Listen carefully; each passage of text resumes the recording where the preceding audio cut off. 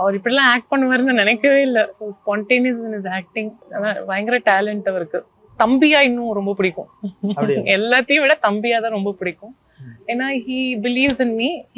எனக்கு அக்காக்கு கொடுக்க வேண்டியது எல்லாமே அவர் கொடுப்பாரு. அந்த அன்பு மரியாதை எல்லாமே கொடுப்பாரு. ப்ரிஃபரன்சஸ் எப்பவுமே எனக்கு முதலிடம் கொடுப்பாரு. வேற என்ன தெரியணும் உங்களுக்கு அவர் பத்தி? அவர் அதெல்லாம் இல்லாம அப்புறம் என்ன தம்பி, அதுதான் தம்பியா பிடிக்கும். அதுக்கு ஈக்குவலான எதுவும் வி பேட்ச் அப் ஈக்குவலி. இன்னைக்கு வரைக்கும் சண்டை போடுவோம். எதுக்காக அதிகமா சண்டை வரும்? கருத்து சொல்லும் போதுதான் சண்டை வரும்.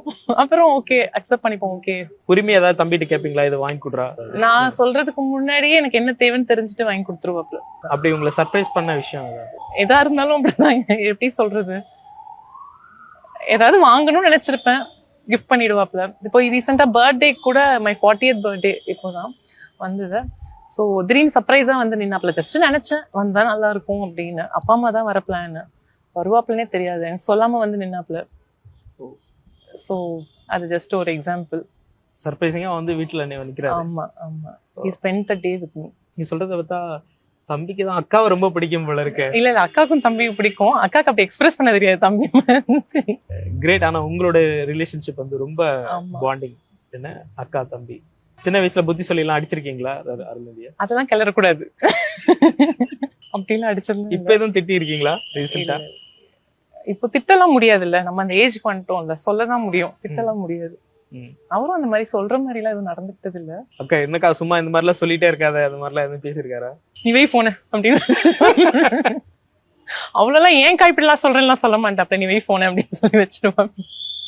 அப்புறம் கொஞ்ச நேரத்துல he'll call back. அமைச்சர் உதயநிதியோட சினிமா நடிகரா பிடிச்சதா இல்ல அரசியல்வாதியா பிடிச்சதா? அரசியல்வாதியா? பேச்சாளரா? பேச்சாளராவா? எப்படி சொல்றீங்க? எனக்கு எலெக்ஷன் டைம்ல அண்ணன் பேசினதெல்லாம் ஐ நோ. இப்போ கொஞ்சம் இஷ்யூ நிறைய இது இருக்கலாம். பட் நான் அப்போ இது ஃபாலோ அதான் சொல்றேன், நான் பெருசா ஃபாலோ பண்றது இல்லைங்க.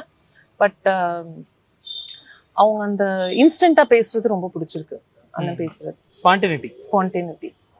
அண்ணனோட sense of humour, presence of mind எப்பவுமே ரொம்ப பிடிக்கும். கிட்டத்தட்ட கலைஞருடைய அந்த சிம்டம்ஸ் எல்லாம் இருக்கும். ஆமா. அப்புறம் பேச்சாளரா அப்படின்னு கேட்டு சிரிக்கிறீங்க. உங்க வாயில இருந்து வரணும் தான். அந்த செங்கல் பிரச்சாரம் எல்லாம் பெரிய ஹிட் ஆச்சு. அது எலெக்ஷன்ல ஒரு பெரிய இம்பாக்ட் ஏற்படுத்துச்சு. அண்ணன் உதயநிதி மேல ஒரு பெரிய நம்பிக்கை இருக்கு உங்களுக்கு? ஆமா கண்டிப்பா. அடுத்த தலைமுறை அரசியல்ல ஒரு மாற்றத்தை ஏற்படுத்துவார் நம்ம. கண்டிப்பா. அவருக்கு என்ன சொல்ல விரும்புறீங்க? அவர் என்ன பண்ணணும்னு நினைக்கிறீங்க? அவங்களுக்கு தெரியும், அவங்க எல்லாம் நல்லா தான் பண்ணிட்டு இருக்காங்க. நான் சொல்லி அவங்க பண்றதுக்கு எதுவும் இல்லை. நல்லா வரணும். நல்லா தாத்தா பெரியப்பா மாதிரி அவங்களும் நல்லா அரசியல்ல வந்து நல்லா மக்களுக்கும் பண்ணணும். அதான் பண்ணிட்டும் இருக்காங்க.